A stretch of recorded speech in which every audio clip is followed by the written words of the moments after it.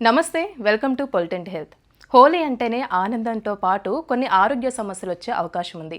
ఎందుకంటే హోలీ రోజు ఉపయోగించే కలర్స్లో ఎక్కువగా కెమికల్స్ కలుస్తాయి కాబట్టి స్కిన్తో పాటు హెయిర్ డ్యామేజ్ అయ్యే అవకాశం ఉంది. అయితే ఎలాంటి జాగ్రత్తలు తీసుకోవాలో డాక్టర్ గారి మాటల్లోనే తెలుసుకుందాం.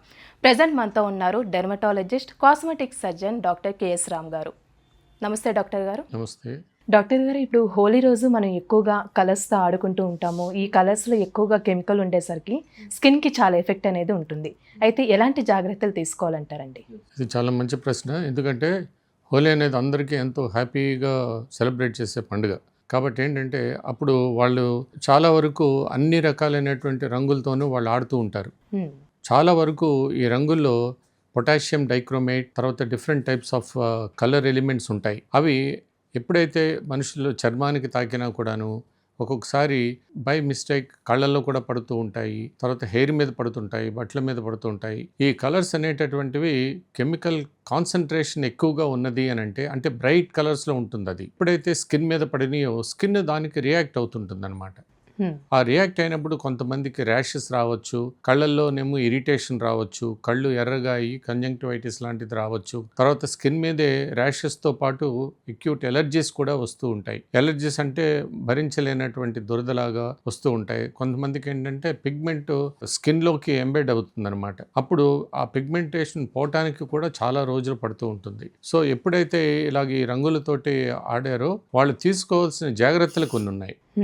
ఆ జాగ్రత్తలు ఏమిటంటే, హోలీ ఆడటానికి ముందు బాడీకి మొత్తం ఆలివ్ ఆయిల్ కానీ కోకోనట్ ఆయిల్ కానీ అప్లై చేసుకుని దాని మీద సన్ స్క్రీన్ పెట్టుకోవాలి. ఎప్పుడైతే ఈ ఆలివ్ ఆయిల్ సన్ స్క్రీన్ కానీ పెట్టుకున్నప్పుడు దానిపైన పడేటటువంటి ఈ కలర్స్ మైల్డ్గా అయిపోతాయి. ఎందుకంటే వెంటనే స్కిన్ దానికి రియాక్ట్ కాదనమాట. ఎప్పుడైతే రియాక్ట్ కాలేదో వాళ్ళు రకరకాల రంగులు వాళ్ళ మీద పడినా కూడాను వాళ్ళకి ఎటువంటి పెద్దగా హాని అనేది జరగదు. తర్వాత ఇంకొక అడ్వాంటేజ్ ఏంటంటే, ఈ కలర్స్ స్కిన్ మీద పడిన తర్వాత వాటిని వాష్ చేసేటప్పుడు కూడాను మనం గట్టిగా రుద్దుతూ ఉంటాం. ఎందుకంటే వెంటనే పోవు కాబట్టి. ఎస్పెషల్లీ ఫేస్ మీద అలాంటి చోట్ల ఎప్పుడైతే మనం గట్టిగా రుద్దుతూ ఉంటామో ఫేస్ మీద ఉండేటటువంటి ఎపిడర్మల్ డ్యామేజ్ అవుతుంటుంది.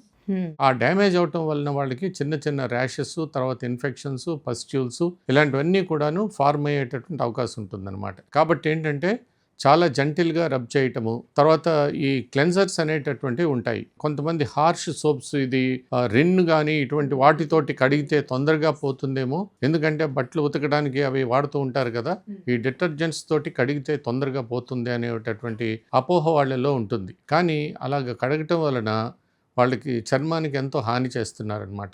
సో ఈ ర్యాషెస్ రావటం వల్ల మళ్ళీ వాళ్ళు ఏదో ఇంటిలో చిట్కాలు వాడుతూ ఉంటారు. ఇది ఒకటి వచ్చింది కదా అంటే దానికి తోడు ఇంకొకటి వాళ్ళు ఏదన్నా వేప ఆకుని రుద్ది పెడతామో ఇలాంటివి ఏదో చేస్తూ ఉంటారు. నలుగు పిండి కూడా పెడతారు. రకరకాలుగా హోమ్ రెమెడీస్ అనుకోండి. ఇంకా అందులోకి మధ్యలో రీల్స్ వస్తుంటాయి. ఆ రీల్స్ చూసి సగం నాలెడ్జ్ తోటి రకరకాల పనులు చేస్తూ ఉంటారు. మీకు కాంపిటెంట్ ప్రొఫెషనల్ ఇచ్చాడా అది అంటే తెలియదు. ఎవరో ఒకరు పెట్టేస్తూ ఉంటారు రీల్, మహా జ్ఞానం ఉన్నట్టు కదా. సో అవి పాటిస్తే మరి అనర్థాలే కదా వచ్చేవి. కాబట్టి we have to be cautious. పెద్దలు ఉంటే వాళ్ళ పిల్లల్ని కొంచెం జాగ్రత్తగా they have to monitor and also give them this precautions అనమాట. తర్వాత ఇంకోటి కూడా, డ్రెస్ కూడా ఏం వేసుకోవాలని అంటే సాధ్యమైనంత వరకు కాటన్ డ్రెస్, ఫుల్ హ్యాండ్స్ వేసుకోవాలి. Both boys and girls. Full hands అంటే ఎక్కువ శాతం వాళ్ళ యొక్క శరీరాన్ని కప్పి ఉంచుతుంది కాబట్టి కలర్స్ పడినా కూడాను అవి ఓన్లీ క్లాత్స్ మీద పడతాయి కాబట్టి వాళ్ళకి చాలా వరకు ప్రొటెక్షన్ ఉంటుంది. At the same time they are not losing anything in their happiness. So అవి క్లోత్స్ తీసుకుంటూ ఉంటాయి కాబట్టి అది ఒక రకమైనటువంటి ప్రివెన్షన్ అనమాట. సో ఇది తల్లిదండ్రులు అడ్వైస్ చేయాలి. తర్వాత కంటిలో ఏదన్నా కలర్ పడింది అనుకుందాం, పడితే వెంటనే నలుపుతారు, కళ్ళని దగ్గర పెట్టి నలపడం మొదలు పెడుతుంటారు. సో దానివల్ల ఇంకొంచెం డ్యామేజ్ చేస్తుంటారనమాట. అలాంటప్పుడు ఏమవుతుందంటే దాని వలన వచ్చేటటువంటి అనర్థాలు కొంచెం ఎక్కువ అవుతాయి. ఒక్కొక్కసారి కంటి చూపు ప్రమాదం కూడా ఉంటుందన్నమాట. అలాంటప్పుడు ఏంటంటే వెంటనే డాక్టర్ సలహా తీసుకోవటము, దానిని ఒకవేళ కాన్సన్ట్రేటెడ్గా ఆ డై కానీ ఆ కలర్ కానీ ఉంటే దానిని డైల్యూటెంట్స్ ఉంటాయన్నమాట. ఆ డైల్యూటెంట్స్ తోటి డైల్యూట్ చేసి క్లెన్జర్స్ తోటి క్లీన్ చేసి తర్వాత ఏంటంటే సూదింగ్ ఆయింట్మెంట్స్ పెడతారు. ఆ సూదింగ్ ఆయింట్మెంట్ పెట్టినప్పుడు వాళ్ళకి డ్యామేజ్ అనేటటువంటిది 90% మనం అవాయిడ్ చేయొచ్చు అనమాట. తర్వాత త్వరగా వాళ్ళు కోలుకుంటారు, నార్మల్ అయిపోతూ ఉంటారు. డాక్టర్ గారు కొన్నిసార్లు చెవుల్లోకి కూడా నోట్లోకి కూడా ఆ కలర్ అంతా పోతూ ఉంటుంది.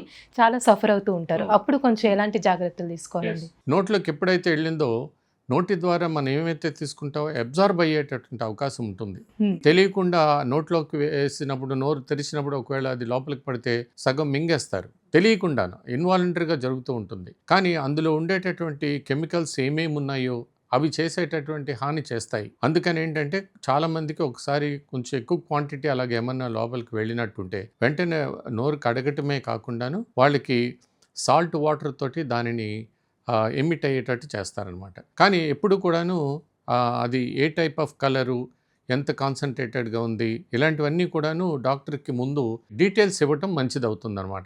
తర్వాత నోట్లోకి వెళ్ళినప్పుడు మనం జాగ్రత్తలు ఎలా తీసుకోవాలి అని అంటే, మరి వీలైతే we have to put a mask when there is big crowd. ఎవరు ఎలా చేస్తుంటారో తెలియదు. అన్ని వైపుల నుంచి కూడాను ఈ పిచికారీ అని వస్తాయి ఇప్పుడు. ఆ రంగులు పిచికారీ చేసినప్పుడు చాలా ఫోర్స్ఫుల్గా లోపలికి వెళ్తుంటాయి అన్నమాట. దానిని ఒక విధంగా అడ్డు పడుతుంటుంది ఇది.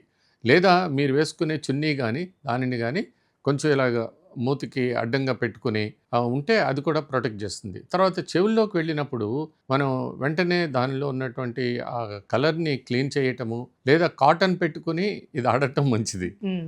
సో లోపలికి వెళ్లకుండాను ఇన్నర్ ఇయర్కి కానీ ఇయర్ డ్రమ్కి కానీ డ్యామేజ్ కాకుండా ఉండేటట్టు అవుతుందన్నమాట. సో కాబట్టి కొంచెంగా కాటన్ని చిన్న బడ్లాక్ చేసి ఆ లోపల పెట్టేసుకుని ఈ కలర్స్ వేసుకునేటప్పుడు అది ప్రొటెక్టివ్గా ఉంటుందన్నమాట. ఒకవేళ ఏదైతే పడిందో ఎక్స్టర్నల్గా పడిన దానిని కూడాను క్లెన్జర్స్ తోటి క్లీన్ చేసి తర్వాత సూదింగ్ ఆయింట్మెంట్స్, మాయిశ్చరైజింగ్ క్రీమ్స్ ఉంటాయి మన దగ్గర. ఈ మాయిశ్చరైజింగ్ క్రీమ్స్ అప్లై చేయటం వల్ల చాలా వరకు కూడా మనం జరిగేటటువంటి డ్యామేజ్ని తగ్గించవచ్చు అనమాట.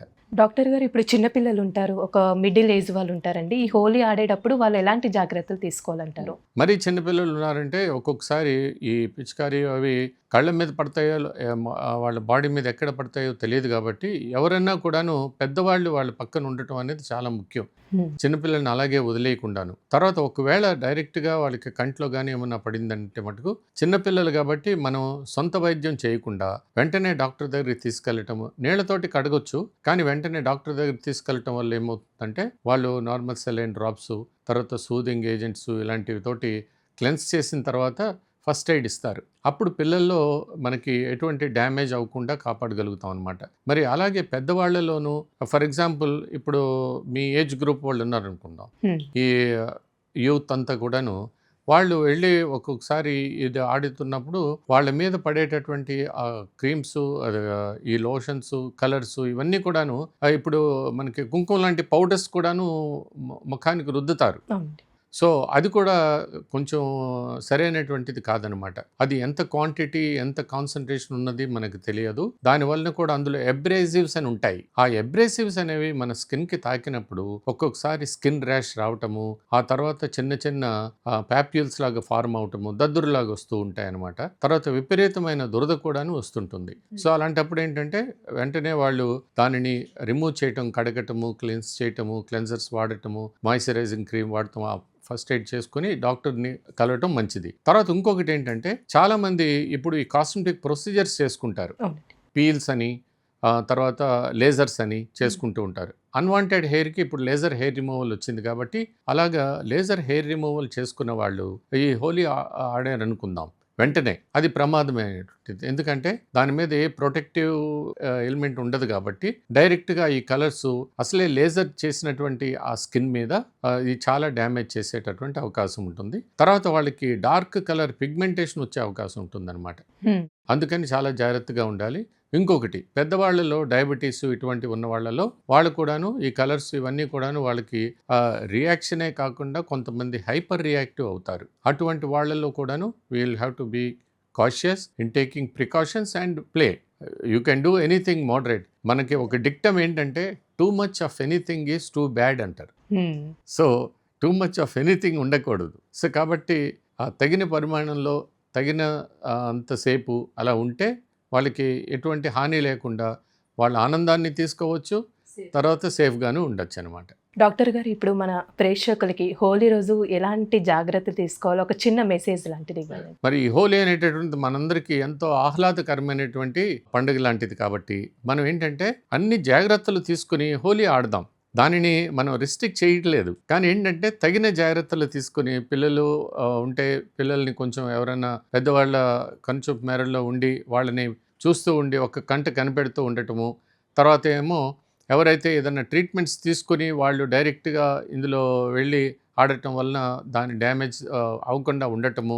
తర్వాత ఇంకోటి ఏంటంటే వీటికి ఫస్ట్ మీరు చేయవలసిన పని ఏంటంటే హోలీ ఆడే ముందు సురక్షితమైనటువంటిది ఒకటి చెప్తాను. మీరు ముందే ఆలివ్ ఆయిల్ కానీ కోకోనట్ ఆయిల్ కానీ ముందు రాసుకోండి. దానిపైన సన్ స్క్రీన్ పెట్టుకొని మీరు హోలీ ఆడండి. చాలా చక్కగా ఆనందాన్ని మీరు తీసుకోగలుగుతారు. Wish you all a very happy Holi. Thank you so much doctor. Thank you. Welcome. చూసారు కదా డాక్టర్ గారి మాటల్లో హోలీ రోజు ఎలాంటి టిప్స్ ఫాలో అవ్వాలి.